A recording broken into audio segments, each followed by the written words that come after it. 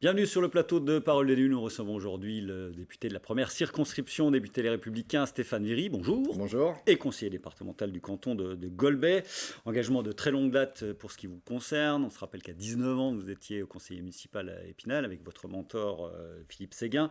Puis premier adjoint à un peu moins de 30 ans. Quand vous regardez dans le rétro, qu'est-ce que vous vous dites par rapport à ce parcours ? Que j'ai été chanceux de le faire très jeune, que j'ai été lucide d'arrêter un grand moment pendant une quinzaine d'années et que j'ai l'enthousiasme d'y revenir pour exercer la fonction de député et conseiller départemental. Mais je ne finirai pas mon activité dans la vie politique. Ah ben ça, on va en parler, ça sera à la fin de l'émission, vous l'imaginez bien. Vous êtes issu de cette famille de la droite sociale, avec les gens qu'on a cités, Michel Heinrich, Philippe Séguin. Comment elle va, la droite sociale, aujourd'hui? On n'entend pas beaucoup. Elle va comme un mouvement qui a des idées pour la France, qui a des solutions, qui est dans l'inconfort d'un climat politique qui n'est pas bon, d'une organisation politique qui a été dézinguée par Emmanuel Macron et par ce qu'il incarne. Après, ce qui compte, ce sont les idées, ce sont les solutions, ce n'est pas forcément les mouvements, les partis. Moi, je crois à cette réponse d'une droite humaine, d'une droite moderne, d'une droite qui aime les gens, qui a envie de faire des choses pour elle, qui n'est pas une droite identitaire ou fermée ou repliée sur elle-même, qui a des messages de vertu, de mérite par rapport à d'autres qui ont parfois des solutions un peu de facilité. Je crois réellement que nous aurons encore un espace politique dans les mois et dans les années à venir pour apporter à la France une reprise de son destin national. Alors, vous n'aimez pas personnifier, on l'a bien compris. Pour autant, cette droite sociale, aujourd'hui, elle est incarnée par quelqu'un que vous suivez de près, c'est Xavier Bertrand, que vous avez fait venir il y a peu de temps dans notre département. On va voir quelques images. Xavier Bertrand, qui a été battu au premier tour lors des primaires que vous ne souhaitez ne plus jamais voir. Je pense que le temps est révolu et je pense profondément qu'en 2027, il y aura une refondation de la vie politique. Je ne crois pas au macronisme, je ne crois pas à la pérennité du macronisme après Emmanuel Macron. Je pense que la vie politique va se recomposer avec une droite et une gauche. Mais vous croyez en cet homme-là ? Xavier a encore la force de conviction et il fait énormément de médias, il est très présent. Est-ce que ça sera lui? Je ne sais pas. Je ne suis pas dans l'incarnation, je suis dans les idées avant tout. Moi, je trouve que la France va pas très bien, qu'elle a besoin de sang neuf, il faut changer le logiciel de beaucoup de sujets. On ne peut pas continuer à réitérer des recettes du passé qui ne fonctionnent plus. Donc il y a une nécessité de se réinventer. Qui l'incarnera, ce n'est pas le sujet du moment. Alors certains de vos amis, de vos proches ont quitté le navire Les Républicains, vous avez fait un autre choix. Est-ce qu'aujourd'hui la question se pose encore? Alors après, vous avez été soutenu par Les Républicains, c'est difficile de quitter un mouvement auquel vous devez une partie de votre élection? En fait, la réponse pour moi elle est un peu plus compliquée que cela. Vous êtes posé la question quand même? Bien sûr, on cherche toujours à être en adéquation avec soi-même. Chacun le sait, vous l'avez rappelé, je suis un homme de droite, une droite effectivement que je vais qualifier de sociale. Est-ce que globalement, le véhicule pour porter mes idées est exclusivement Les Républicains? Je m'interroge. Après, lorsque tu es parlementaire, tu as la nécessité de travailler dans un groupe parlementaire. Si tu es non inscrit, tu n'as pas forcément de temps de parole, tu n'as pas totalement de capacité d'action. Mais il y a toujours des groupes, on le voit. Donc, le député Negelen avec son moi, la question, elle se pose en fait entre deux situations. Soit je suis dans Les Républicains, où je suis depuis le départ en fidélité par rapport à l'investiture qui m'a été donnée. Oui, RPR, UMP, vous avez fait toute la suite, bien sûr. Ou est-ce que globalement, je pense qu'il y a une autre droite à l'Assemblée qui pourrait me permettre de m'exprimer? Cette autre droite, c'est Horizon. Horizon, ça signifie que je rejoins la majorité. Et je ne suis pas un député de la majorité. Je ne suis pas hostile par principe à ce que la majorité peut proposer. Je cherche à être un député utile, à être un député qui fait avancer le pays. Je n'ai pas l'idée, je n'ai pas l'envie de siéger dans la majorité. Ça signifie que pour moi, tant qu'on me laisse la liberté de voter, de proposer au sein de mon groupe LR... C'est le cas? C'est le cas totalement depuis 2017. Je n'ai pas de raison dans l'exercice de la fonction de quitter le groupe LR. Donc statu quo jusqu'en 2027 avec un Éric Ciotti qui est le président donc, de votre parti, qui n'est pas du tout votre tasse de thé. Comment vous jugez son action? Il y a eu beaucoup de craintes au moment... Écoutez, la tâche est rude. Quel que soit le président du parti LR, c'est quand même un parti qui recherche son second souffle, qui peut légitimement... Sur de très gros échecs. On va dire les choses, qui peut légitimement s'interroger sur sa pérennité. Il fallait un homme ou une femme qui le reprenne. Éric Ciotti a été candidat, il a été réélu. Je trouve réellement qu'il essaye d'impulser quelque chose. Moi, je n'ai pas d'hostilité à l'égard d'Éric Ciotti, vous l'avez dit. Ce n'était pas mon candidat. Néanmoins, c'est le président de la famille politique dans lequel je paye une adhésion. Ça n'interdit pas que j'ai ma liberté d'appréciation et ma liberté d'action dans les valeurs de droite qui sont les miennes. Alors, on a compris à travers ce que vous nous avez dit que vous étiez dans la réflexion d'une nouvelle droite. En tous les cas, on va aussi se projeter sur 2027, même si ça peut agacer à certains moments. Est-ce qu'on peut, dans la configuration actuelle, imaginer une candidature venue de la droite traditionnelle qui puisse aller au bout? Pour vous, non. Clairement, le constat est... En l'état, c'est pas possible. En l'état, Donc, il faut aller chercher des alliances. En l'état, il faut que la droite se retrouve. Il y a actuellement, dans la majorité, mais également dans l'opposition, des élus de droite. Dès lors qu'Emmanuel Macron ne sera pas candidat, parce qu'il ne pourra pas l'être, il faudra bien que ces gens de droite sachent se parler et sachent aller voir les Français avec une réponse politique. La fameuse synthèse chère aux socialistes. Avec un projet. Donc moi, effectivement, je travaille en ce sens. Je forme le vœu que le moment venu, on ne laisse pas aux extrêmes de ce pays, ni à LFI, ni au RN, le seul choix de présenter une solution crédible pour l'avenir du pays. Donc quand vous dites je travaille, qu'est-ce que ça veut dire? Ça signifie qu'on ne s'interdit pas de parler avec des hommes et des femmes, notamment des députés, des collègues. De la majorité. De la majorité et bien sûr de mon groupe politique, mais d'autres groupes par lesquels on a un même regard sur la France, une même exigence, et on pense réellement qu'il faut savoir être intelligent et réfléchir à l'avenir du pays ensemble, même si pour le moment, dans le cadre du travail parlementaire, on est chacun dans son groupe politique différent. Mais c'est différent. Pour la synthèse, cet homme-là dont on voit la photo, on verra. Vous savez, l'incarnation, elle est trop réductrice et surtout, elle est trop prématurée. Dans quel état sera le pays en 2027? Quelles seront les aspirations des Français? Est-ce que Marine Le Pen ne sera vraiment pas déjà un pied à l'Élysée compte tenu de la situation réelle du pays? Est-ce que la NUPES aura encore cette attitude, comment dirais-je, très, très dure et très hostile envers une partie de la République? Je pense qu'il faut que le pays déjà se redresse. On ne peut pas attendre 2027 pour faire avancer le pays. C'est mon attitude en tant que député. Je suis dans un groupe d'opposition, mais je ne me place pas systématiquement en opposition. Ma responsabilité, c'est d'être utile. Et quand ça va bien, que ça vienne du président Macron ou de quelqu'un d'autre, il faut savoir le dire et il faut savoir le voter. Et quand ça ne va pas, avec la même force et la même liberté, il faut avoir la liberté, là aussi, de pouvoir dire non. C'est ce que je m'essaye de faire chaque semaine à l'Assemblée. Alors, est-ce que ça va être appliqué et applicable sur la loi immigration qui va bientôt arriver à l'Assemblée nationale? Le Sénat, on a tous noté, a détricoté le fameux article 3 sur la régularisation des travailleurs sans papier. Le gouvernement, on l'a compris aussi, veut revenir au texte initial. Quelle est votre position à vous? Alors, ma position, c'est que sur la question migratoire, on ne peut pas attendre. On ne peut pas attendre et il faut effectivement que la France trouve une nouvelle loi pour être plus efficace, pour maîtriser les flux migratoires et pour faire sortir de France les clandestins.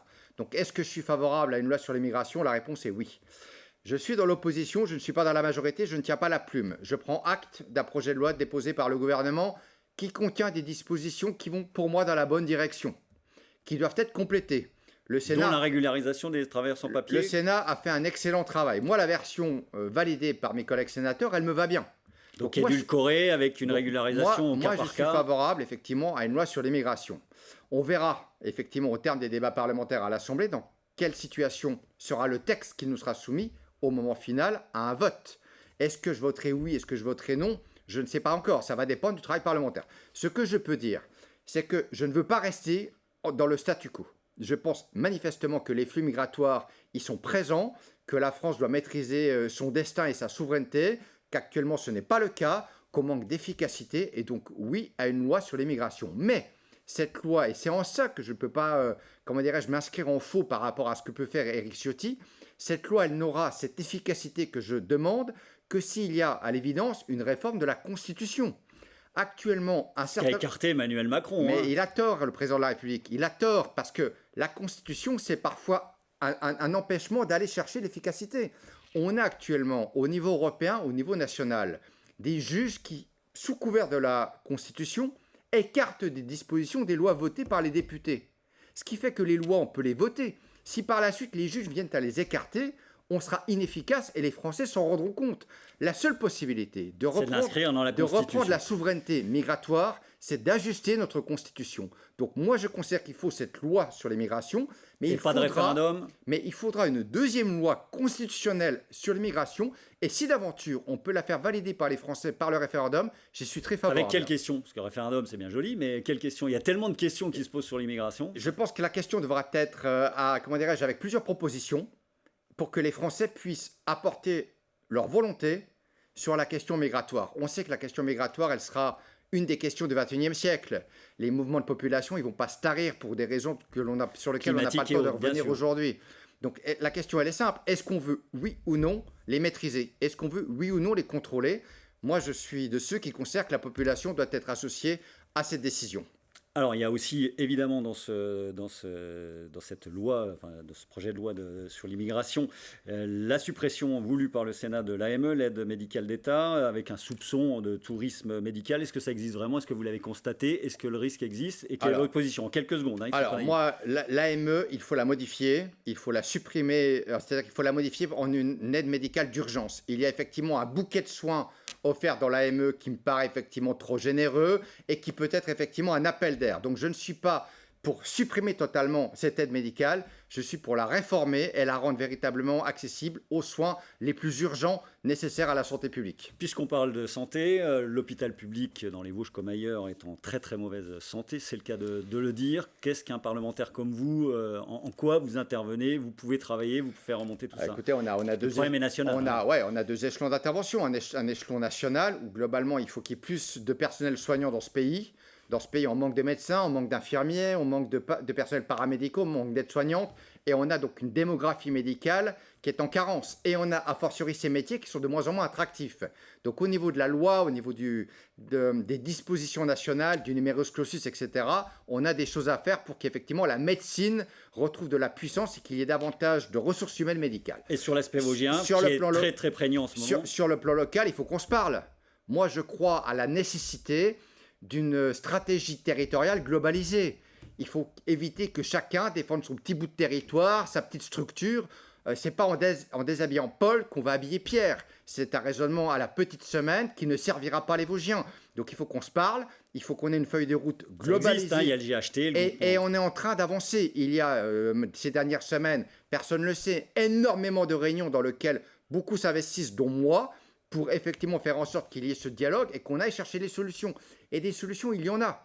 J'avais demandé le 22 septembre dernier qu'il y ait ce colloque important au conseil départemental avec les professionnels de santé et tous les élus pour effectivement qu'on raisonne vosgien, qu'on raisonne global. Et ça donne ses fruits. Et on sait que ça peut avancer parce qu'on continue à accueillir des nouveaux médecins, on continue à ouvrir des maisons médicales à Chantraine prochainement, DVL va agrandir la sienne. Donc moi, je reste optimiste à condition qu'on ait la bonne méthode et qu'on dise pas et qu'on fasse pas n'importe quoi. Alors votre credo, il nous reste 1 minute 30, hein, on va parler de travail quand même évidemment, puisque c'est là-dessus que vous travaillez essentiellement.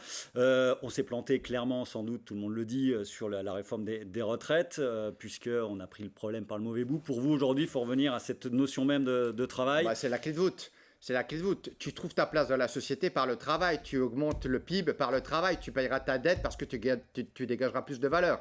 Donc mettre la France au travail et que tous y contribuent, ça me paraît effectivement la clé de voûte de tout notre système.